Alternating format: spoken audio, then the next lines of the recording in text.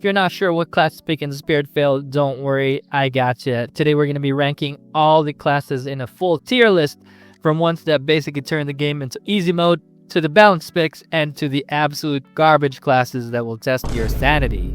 Yes, your main is here, and I am pre-apologizing for the stuff that I will say. Now let's talk about the criteria. For the base classes, it's about one thing. It's about how easy they are to level, fast clears, good sustain, smooth progression. That's what matters. For the advanced classes, we're looking at endgame performance, how gear dependent they are, and how many brain cells you need to actually play the class properly. Before we get started, I would like to thank everyone that was at the live tier list last night. It was so much fun, and hit that like button because Phil got to comment during the live stream. Allegedly that was Phil. Acolyte. Now this base class is primarily a support class. It has heals, buffs, and amazing for team play. But when it comes to leveling solo, it's absolute garbage.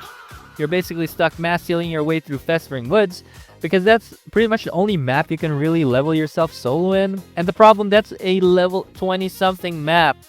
Meanwhile, you do need to grind all the way to level 60-ish to get job level 50, so you can advance to the priest class. So what does that mean? You're killing slowly, endless healing, low damage, and you need a whole lot of patience. If you like to suffer early so you can shine later, this is your class. If not, you might want to look somewhere else. D tier. Berzerker. Now this is the newest advancement class introduced to SpiritVale, and it is an absolute monster. This class requires basically entry-level gear and a kindergarten education to play effectively. It absolutely destroys endgame, and you can solo bosses with ease, meaning you don't even need to rely on group play. So if you wanted to play that solo lone wolf type player who doesn't need anyone, this is your class. But let's be real, it's so ridiculously Chad level overpowered that I would not be surprised if nerfs are coming soon. So enjoy it while it lasts. S tier.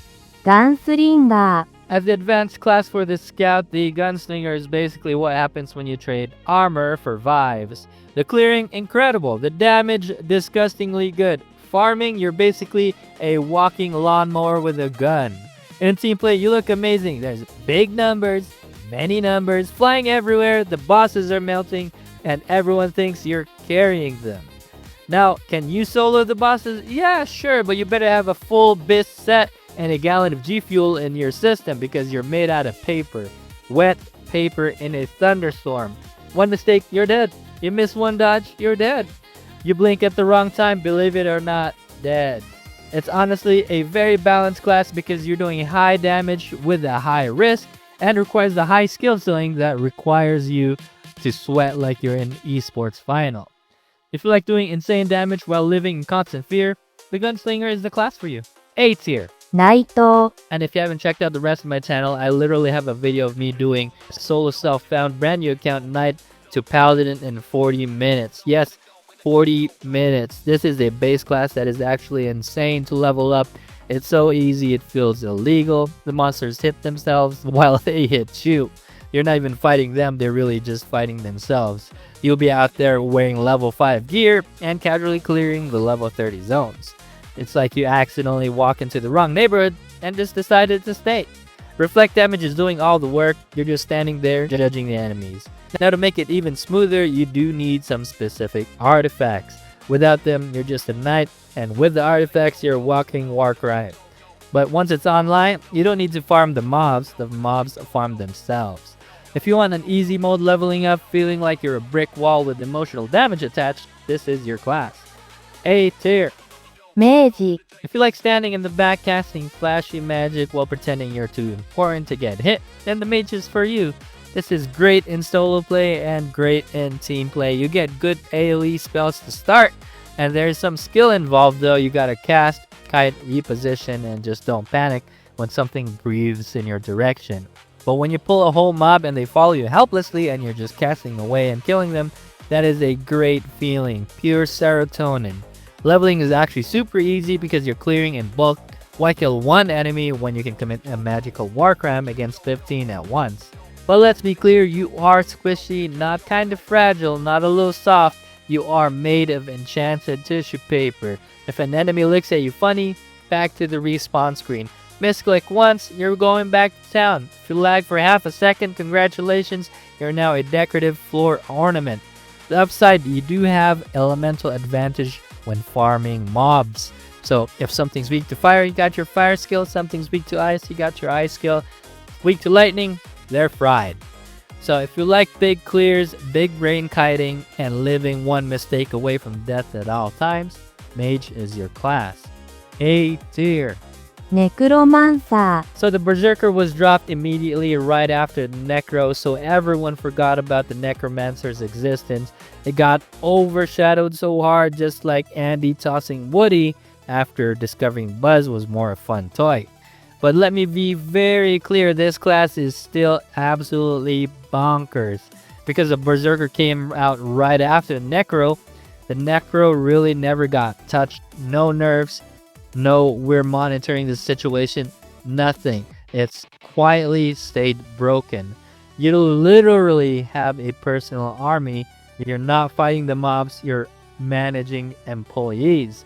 And the best part, you can resurrect a boss monster to make it fight for you. The same boss that was just trying to delete you 5 minutes ago, it is now on payroll to do exactly the same skills, but for you. Oh, you like that ability when you used army? Cool, do it on your friends here. Build variety, tons of it.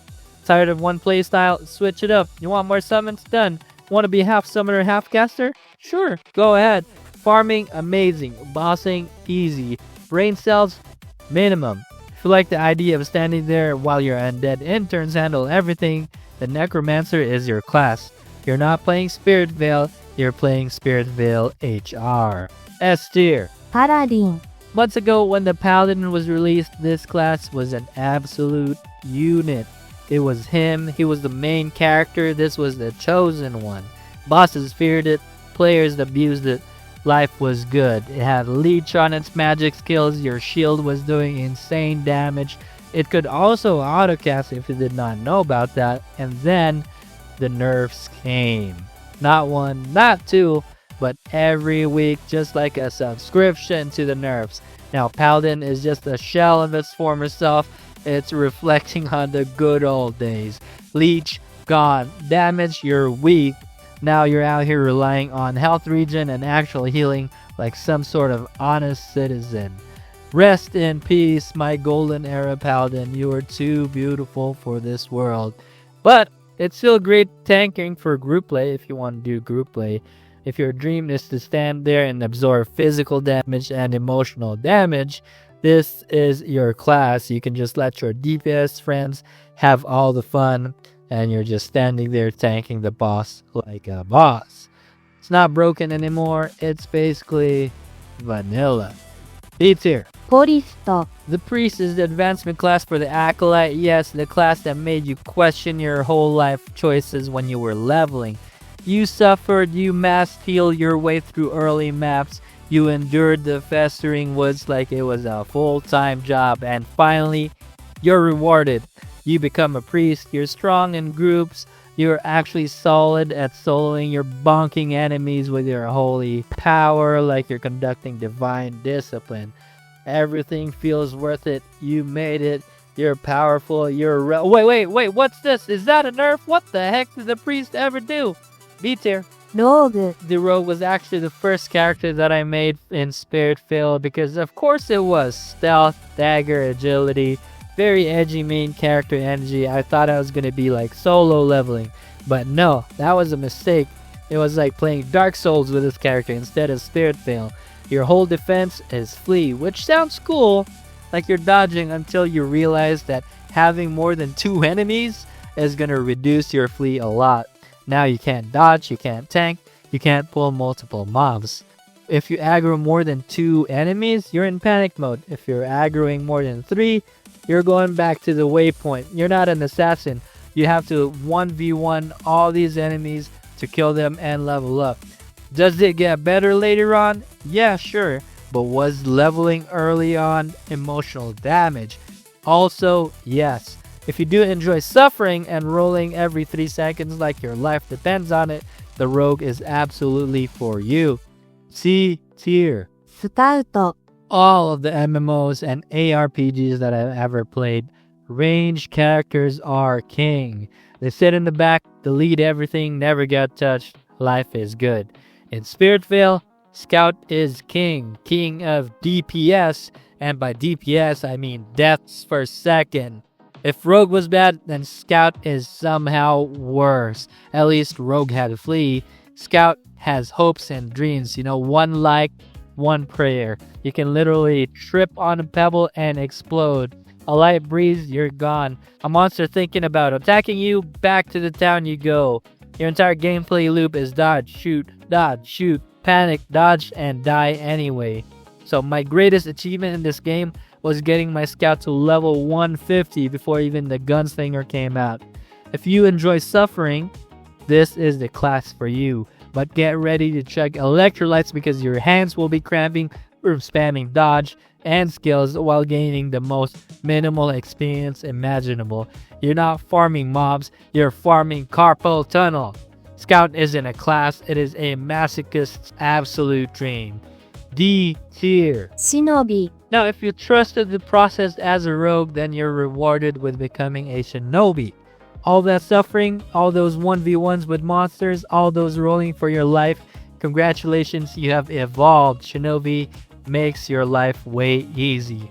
You also have choices for builds for days. If you want to do physical and slice everything, done. If you want to go magic and pretend you're Sasuke, also done. If you want to go autocast and play with one hand, absolutely. This class thrives, it adapts, it overcomes. It has a LinkedIn profile, I think. And here's the scary part. The Shinobi rebalance is coming soon. So it already feels strong. It's about to go to the gym and get stronger. Farming, very easy. Bossing, it takes some skills and good items, but totally soloable. You just can't face tank like a Berzerker. Overall, this class feels balanced, as all things should be. If you want agility, flexibility, and feeling the feeling of finally not regretting your life choices, Shinobi is it. A tier. Summoner. Now, this class has been hit with nerfs just right before the Necromancer advancement class dropped too. That is because once upon a time, Summoner was the #1 bossing class. And let me remind you, this is a base class. It's not an advanced class. It's straight out of character creation and already violating endgame. You used to walk into bosses like, oh, this is a spider queen. Yeah, my wolf's got it. My pet's gonna kill it. Leveling, absolute cakewalk. You can hit max level and genuinely not even remember doing it. You look at your XP bar like, what? When did I level up? So your summon is out here doing overtime work while you're basically managing and supervising from a safe distance. The only real danger to you is don't get caught AFK leveling, because that is a very much bannable offense. The monsters might not be able to kill you, but the mods will. Even after the nerfs, it is still strong. It's just not called Phil immediately strong anymore. So if you do like playing as a Pokemon trainer in an MMO, then Summoner is the class for you. S tier. Warrior. Now, the Warrior was actually the first class that I ever got to max level. This was before the Berzerker even existed, back when men were men and spinning was a lifestyle. Because let's be honest, this class is a one skill wonder. Spin, whirlwind, that's it. Spin to win, you spin to farm, you spin to solve your problems. If I could spin to do my taxes right now, that's what I would be doing. You walk into a map, you press one button, and enemies die. Clear speed is incredible. The damage is huge, which means the leech is also huge. So you're basically a rotating self-healing lawnmower. Now here's the crazy part. The HP modifier of this class is actually higher than that of a knight or paladin. So you get more health while investing less into vitality. Meaning you're tanky without even trying to be tanky. You're not a warrior, you're a Beyblade with anger issues. Let it rip. S tier. Weaver. The jack of all trades and the king of none. The Weaver is the only class you can advance into from any base class. If you didn't like your original decision, it doesn't matter. The Weaver accepts everyone. It's basically like a SpiritVale community college. You get most of the base class skills, you get the buffs, the attacks, and the passives, which means you do get a lot of stats. It did get nerfed though when the autocast bolts was nerfed by Phil. So you're doing less damage with the autocast bolts, but the Weaver players said, I'll just autocast something else, which are not bolts. They adapted, they overcame, and they just autocasted something else. The class is strong, you can clear maps easily, you can solo bosses, you have all the options for days. It is just not like Berzerker level of face tanking, where you could just face the boss and swing away. To really shine with this though, you do need good gear and some good class IQ and skills. The Weaver is not broken, it is flexible. If you want to play everything all at once and still somehow commit to nothing, the Weaver is your class. A tier. ウィザード If your dream is to watch an entire screen evaporate, then the Wizard is for you. This class recently just got a rework. And when I say rework, Phil took a strong class and said, what if it was stronger? The farming is easy, leveling is so easy, and your experience bar moves so fast like it's a mongoose on amphetamines.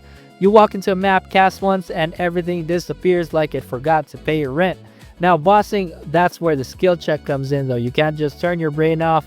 You have to have good positioning, good timing, and at least 20 brain cells active. But I've seen wizards on the Discord solo the turtle champ like it wasn't a champion at all, just like a regular turtle. Like they downgraded the boss mid-fight.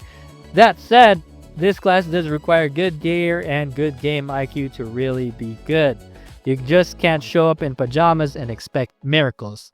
But once you're geared, you're not clearing maps, you're deleting zip codes.